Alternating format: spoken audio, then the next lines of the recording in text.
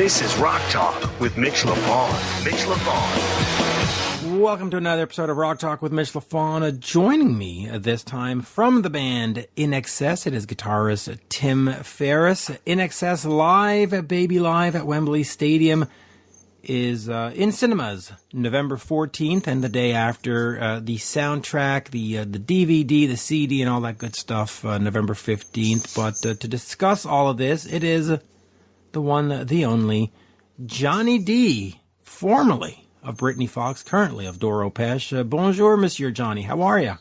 Bonjour, Mitch. I'm good. How are you? Good, good. Now, some fans might say, well, why does he have, you know, Doro's drummer or Britny Fox's drummer on an INXS episode? And, well, the reason is that, first of all, you're a huge fan, but you also play in an INXS tribute band. That's correct. Yes. It's been a few years and really enjoying the process and actually playing those songs. And I've grown to be even more of a fan, getting into more of their catalog and just trying to keep their legacy alive a bit. You know, the tribute scene has taken off in the past years, and, you know, we're something, you know, that also comes into play is a lot of these bands don't exist anymore, and keeping them spirit alive. And so it is definitely a little bit of a different swing for me, and but that's kind of why I did it and why I like doing it, is because it's kind of a little bit of a left turn musically and drumming wise. John Farriss is just, I think, one of the most underrated guys, or, you know, hasn't been talked about. We lose a lot of talk on drummers because of, you know, the conversation always turns to the top 10 or the top 5, but there's so many other guys underneath that have done amazing things. So all of that thrown together is kind of why I did what you said of joining an INXS tribute.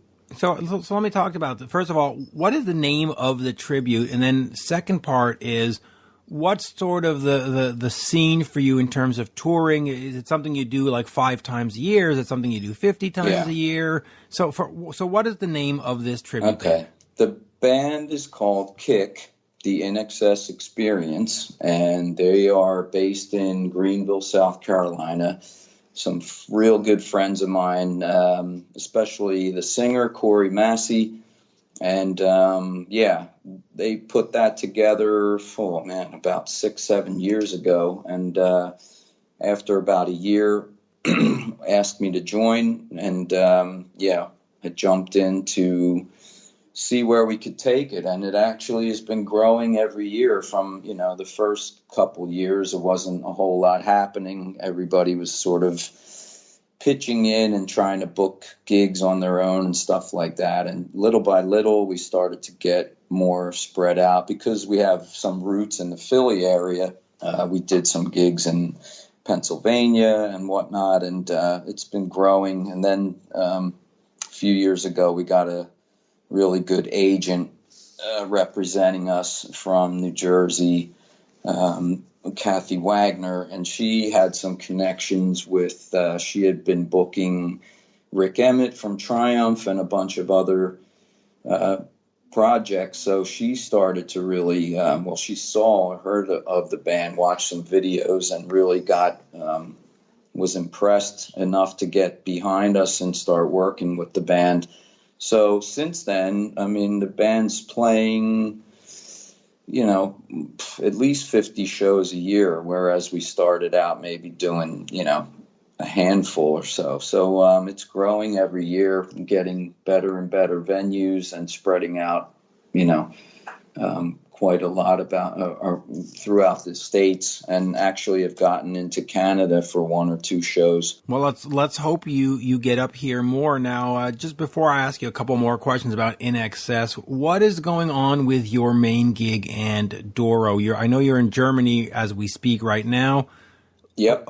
Making an album, a lot more touring. Just give us a quick Doro Britny update. I will. First of all, I am I am in Germany, yes, and I have now a 6-month-old son, and that is amazing in itself. And I'm also closer to a lot of the gigs in Germany that Doro has, so it's pretty cool that it's all kind of happening over here now. I think, we just finished a mega cruise, which was really pretty cool. We flew out to LA for that, got on the ship, did a bunch of shows on there, and we had a huge Kiss jam with the guys from Anthrax and Testament and Death Angel and Doro up there singing, and that was quite a blast. I'm sure you would have loved that had you been on board. It was totally just a Kiss. Yeah, it was excellent. So we finished that up, and in 2 weeks we'll start a few days of rehearsal, and then we have our winter tour. So it's called. Every year we try to go out and before Christmas and do some shows around Germany and the surrounding countries. So we have about 12 or 13 shows lined up in November, and then we'll take a Christmas break, and January we'll just hit it again, and we're going to basically keep supporting the Forever Warriors, Forever United album, and doing some special shows, maybe with some type of acoustic interludes and some different types of locations, a few castle gigs, and just like all the cool stuff that we can do around Germany and Europe, and definitely focusing on more in the U.S. And there's finally landed a few choice gigs in the U.S. So hopefully, and I hear talk of Canada as well. So I once again hope we get to see you.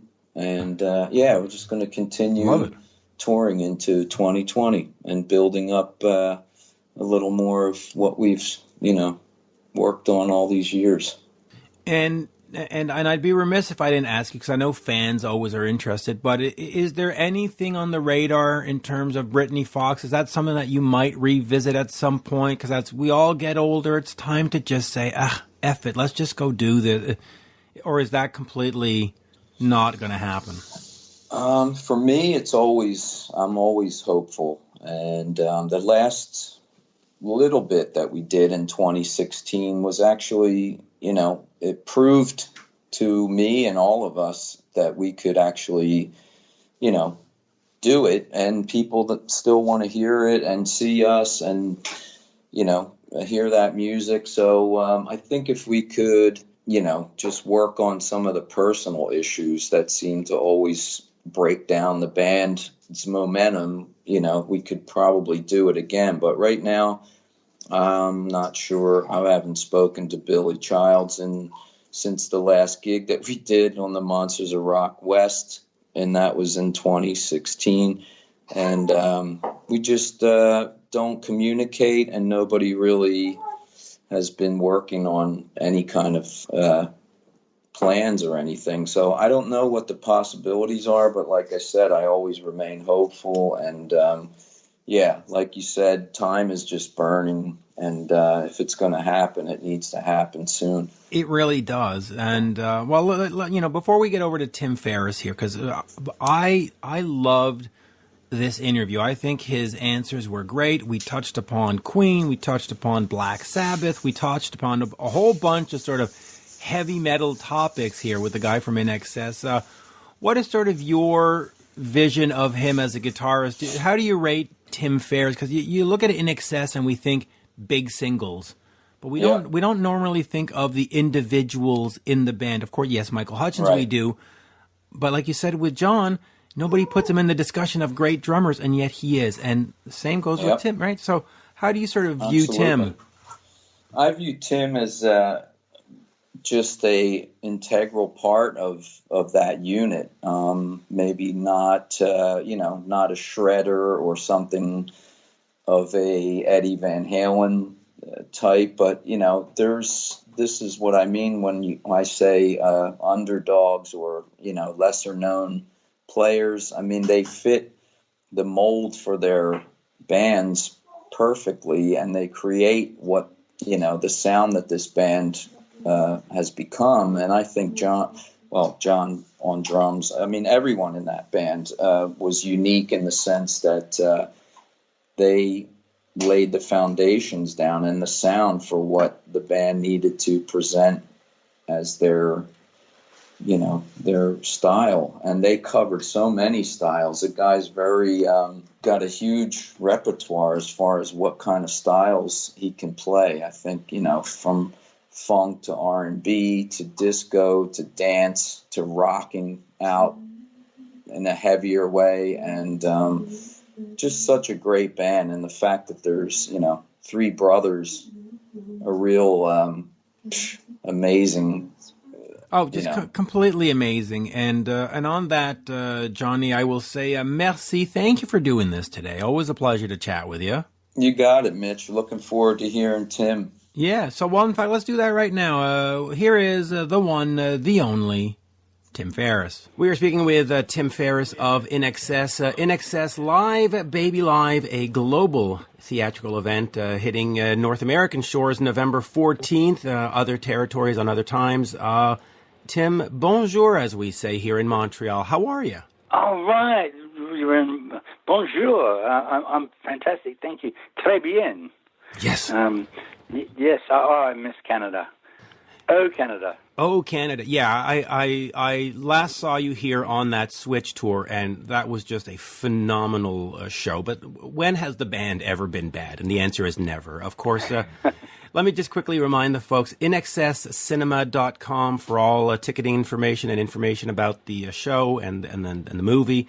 I was given an advanced screener, and I had a chance to watch it. It is. Oh, great. Yeah, and I have a nice 4K TV at home, so I watched it on the 4K TV, which is what it's been restored to. It is stunning. So let's just go over the movie and getting it restored and getting it up to sort of 2019 technology standards, and then let's talk about the performance. Sure. Yeah, well, I mean, once we've located the original 35 millimeter stock, which was really a great thing that we shot it on, motion picture film and cameras. It was a great, was a lot of money was spent capturing that show. So it turned out it was money well worth spent, and once we located it, it seemed natural now to update it and put it on the widescreen format. I got to see it for the first time, in a long time. I saw it years and years ago, but I'd kind of forgotten about it, to be honest. But it wasn't until Eagle Rock restored it digitally in 4K and did it on the widescreen format that I saw it in a cinema in Sydney all by myself, because I was the only band member here in Sydney at the time, and someone had to see it and give it the thumbs up or comment on whatever, and I was blown away. And I kept looking around thinking, like, why am I the only one here? But I still clapped. And so it just made me feel like I was in the audience, and the great thing about it is it gives everyone an opportunity for one night only to see INXS with Michael Hutchence, just like, it was a snapshot of what we were like at that time, and wow, it was really impressive for me. I mean, I hate blowing my own trumpet, but hey, it was just the six of us on stage, no grand pianos or giant things floating in the sky, or backing vocalists, dancers. It was just us, and we entertained that crowd, and man, the crowd went off. It was a joyous moment. It really was, and let me talk to you about playing these big crowds, because here it is where you're doing your own stadium show, and it's 70,000 people, and it's become legendary. But before that, 5 years before, you're on tour with Queen on the Magic Tour. What was that experience like? Because you have, one of the greatest frontmen, if not the greatest frontman in the history of rock, and Freddie Mercury, and then you've got his successor in Michael Hutchence coming up. What was that like, that tour? And it sort of prepared you for this Wembley show, right? Yeah, I suppose it did. I suppose it did prepare us in a way, I mean, the thing was, the amazing thing about Queen was they sort of were making a comeback. they'd been big, and then Live Aid really propelled them back into the limelight again. And until Live Aid came along, they'd really just been living off touring in South America, which was why we sort of started going to South America in the first place way back in the 80s, was because we'd seen the success that Queen had there, and we thought, well, we're in the Southern Hemisphere. We're not so far from, well, we're far from everywhere, actually, but we should do the South American thing too. So we did, and to this day, INXS is huge in South America. But so we were touring the UK and Europe specifically with Queen, and doing these huge stadiums. So the first time we played Wembley Stadium, we'd been doing Wembley Arena, which is still big, but it's not the stadium, and was opening for Queen. And I was standing where Brian May would stand on stage, stage left, and I was having to dodge things that people right down the very front were throwing because they were hardcore Queen fans. You mean the traditional piss bottles of the UK? No, it was more like sandwiches, Okay, good. All right, because they're notorious. Cucumber sandwiches, scones. It was a euphemism, really. But it was kind of like, we were trying really hard. It was broad daylight, to win the audience over. And we must have done a pretty good job, because 5 years later we came back and we sold that sucker out. So, and that was a great feeling. And watching and hanging out with, they were really friendly, and they really sort of took us under their wing, which was really endearing to us. And to this day, I always, it made us treat everyone that worked and opened for us differently too, because it was so nice to be treated like that. And they would take us out for dinner, just the guys in Queen and us, just the six of us, and they were obviously close as people.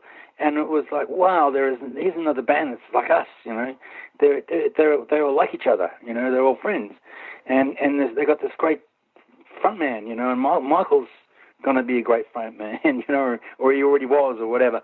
And then we did the Montreux pop festival in Montreux, Switzerland, with them, and I ended up in Freddie's hotel room suite with Michael and my brother John and Freddie's personal assistant, and Freddie had a microphone and was playing some of their new stuff and getting Michael to sing with him, and it was just me and my brother in the room and Freddie's PA guy, and there's Michael Hutchence and Freddie Mercury singing with their noses an inch apart into one microphone with nobody, and it's like a pinch yourself moment, But and then lo and behold, we ended up there, and it all seems to make sense now looking back. But at the time, we didn't sort of put the two and two together. But it was just one of those things. It was great times. A great moment, and that sort of duet story. I've heard it before, and I can just imagine what that might have been like. I mean, Jesus, and too bad we didn't have iPhones or whatever back then to get that stuff captured. I know, right? Oh, God. But you know what? It was so great that we didn't too. There's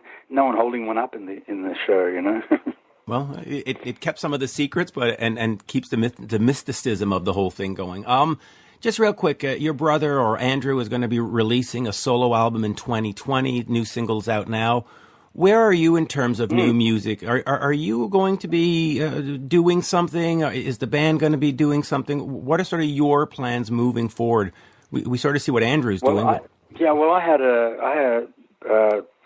4 years ago. I had a really bad accident on a boat with my left hand that got caught in an anchor chain winch, and it basically completely mashed my left hand, which is the most important hand really for playing guitar, and severed my ring finger completely. And it had to be marathon surgery events sewn back on. And that ring finger is predominantly made of metal. It doesn't, it's got skin on the outside, but it looks like a real finger, but it doesn't really bend. So I'm very limited with playing guitar at this point. Things may change, but I'm doing things on the computer really, and programming and more than anything else, probably looking towards producing other bands. And I've been, and also managing INXS's past. still requires quite a deal of time and digitizing everything and going through all our old videos and getting them up to speed, and it's never ending. But as far as the future is concerned, 2020 is going to be very interesting. There's quite a few things sort of bubbling away on the back burner there that I can't really talk about just yet because I don't want to spoil the surprise. Right, fair enough. And I was going to bring up the injury. We know you're suing the boat company, but I want to sort of talk to you a little bit in the context of Tony Iommi of Black Sabbath. He famously had an accident, and he had a prosthetic, if you want, built for his finger, which gave him this very unique sound. And is there a chance that you might come up with something like that and get back to playing? Because I'm assuming you must miss playing. Oh, I miss playing terribly. But it's really hard to imagine. I mean, like Tony Iommi must have been a lot younger, I think, when it happened to him. And I mean, I got to play guitar like I'm used to. I've grown up playing guitar since I was 8 years old, and it's like the muscle memory and all of that. I go to play guitar, and it just doesn't sort of happen for me, which is it's too upsetting to even want to go there. It blows my mind, that I can't play guitar the way I used to. So I don't go there. But as time goes on, things may change. But for now, it's just not in my radar at all. Right.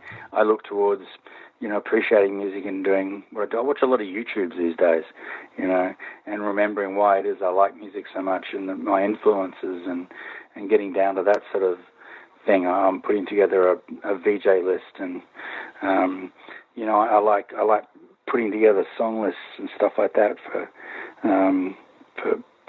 events and stuff like that. So I'm still heavily involved in music and spend a good portion of my day up to my ears in music, and I still have all my instruments and love them dearly. Yeah, and as far as Tony, I think his injury happened when he was like 17 or something, so he had a chance to sort of, relearn the whole thing. That's a big difference. Big Boy, difference. That would have been a killer, though. Yeah.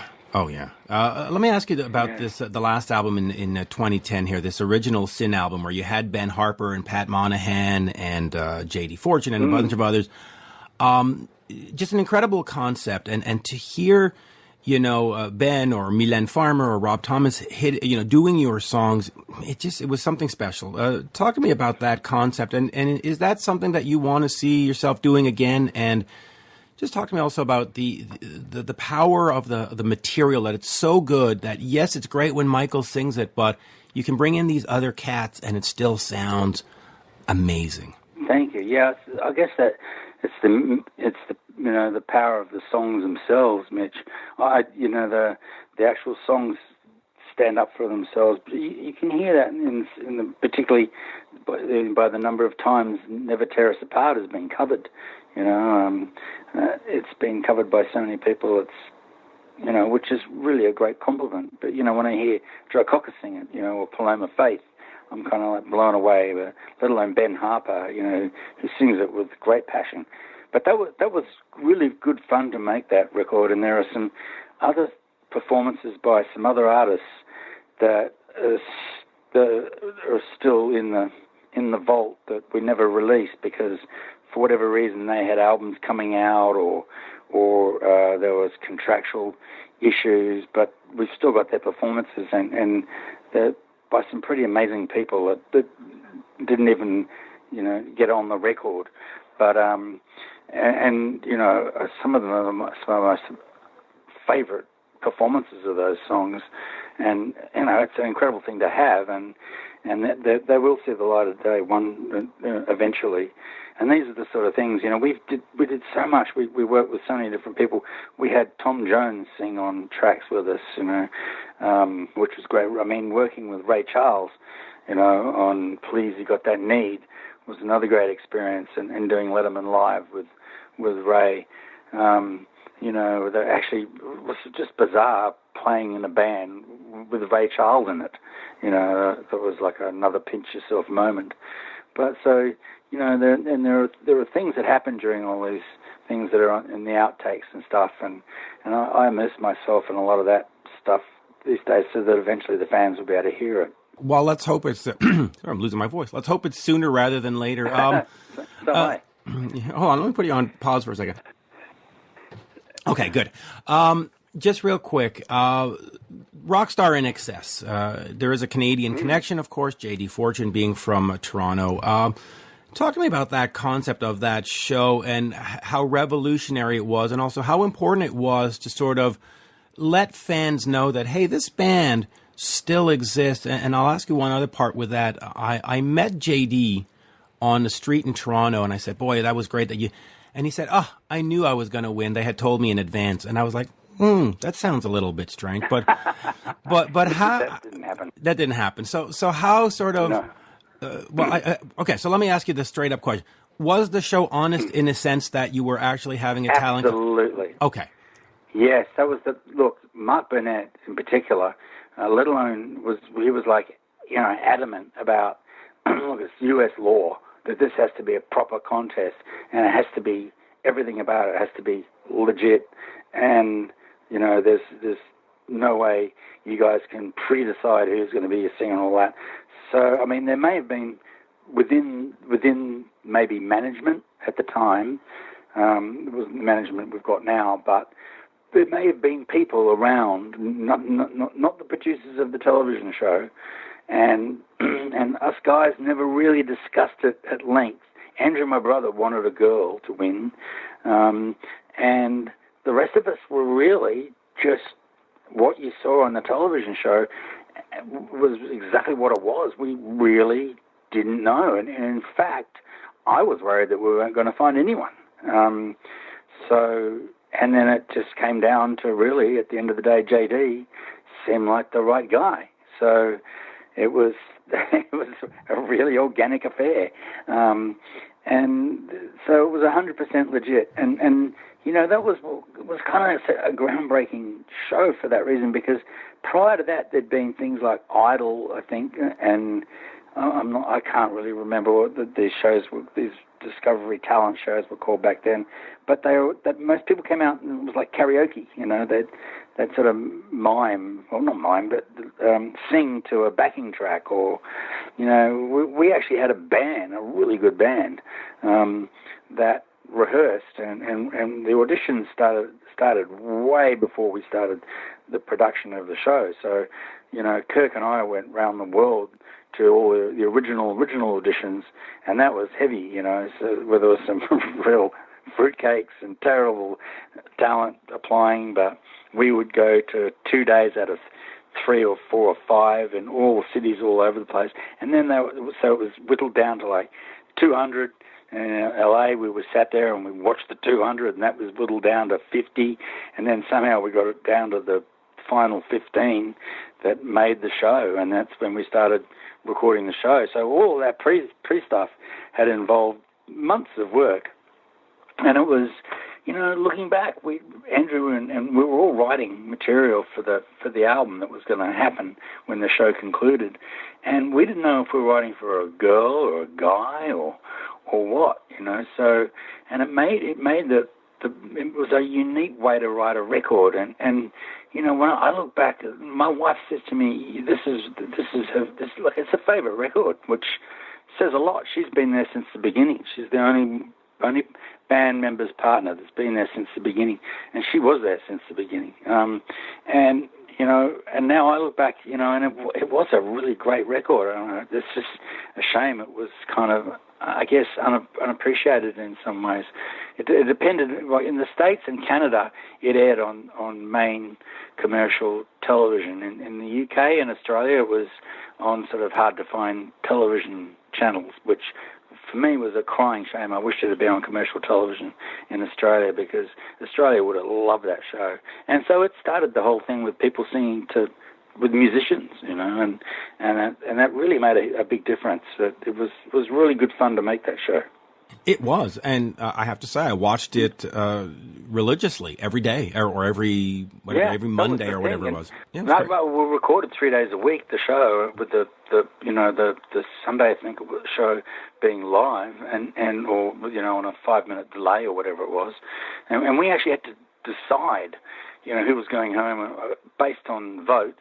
And what we thought in a little room, on a quick break where we had no time at all to really discuss it at any length. And then I had to learn all my lines about why we were hiring or firing, And I had, with Mark Burnett looking me in the face, just me, he and I in a room going through my lines. And I'd have to walk out there and remember 2 A4 or US letter length pages of lines, and I had to remember them with only 5 minutes to prepare and go out there and try and get it right. There was no teleprompting for me or anything like that. There wasn't time.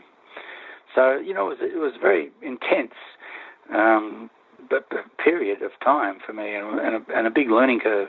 And really good fun to do. It was so different. It was so different from touring endlessly. And it was a great way to try and look for someone that came from somewhere different, It was a great experiment, and I'm really glad we did that.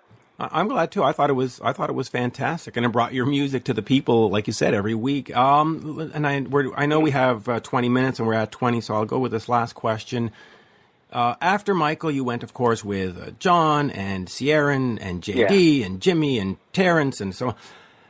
Talk to me, Talk to me a little bit about that, because in one sense, you've got Michael, who's a voice and a performer and a front man you just cannot replace, but also at the other time, you want to move forward. Were all these lead singer changes just because you couldn't get the right voice, or you just felt, you know what, no, we can't just replace Michael and go on with the next 20 years and pretend that this is the new guy? What was sort of the thinking in that? Well, it pretty much started out after Michael died. We thought, no one really wanted to do anything really, because it was all just too sad. And we lost our brother and mate that we'd grown up with since we were kids, and just being together in a room reminded us who was missing. And so it was really, really hard to do anything, to be honest. And but then I think it had been about a year, and I can't remember how it came about, but Terence Trent D'Arby was a friend of Michael's, and I, in fact, Michael and I think Kirk had been to see him at his first US show, performing at a club. I can't remember which one it was.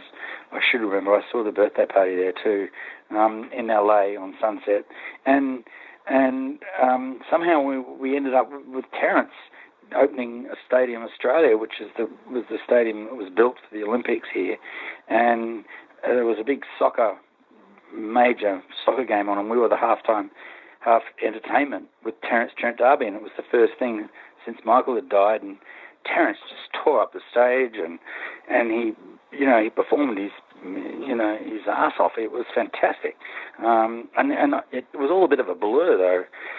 Because we weren't sure if we were going to be doing anything, why we were doing it, but it kind of felt good, but it kind of felt strange.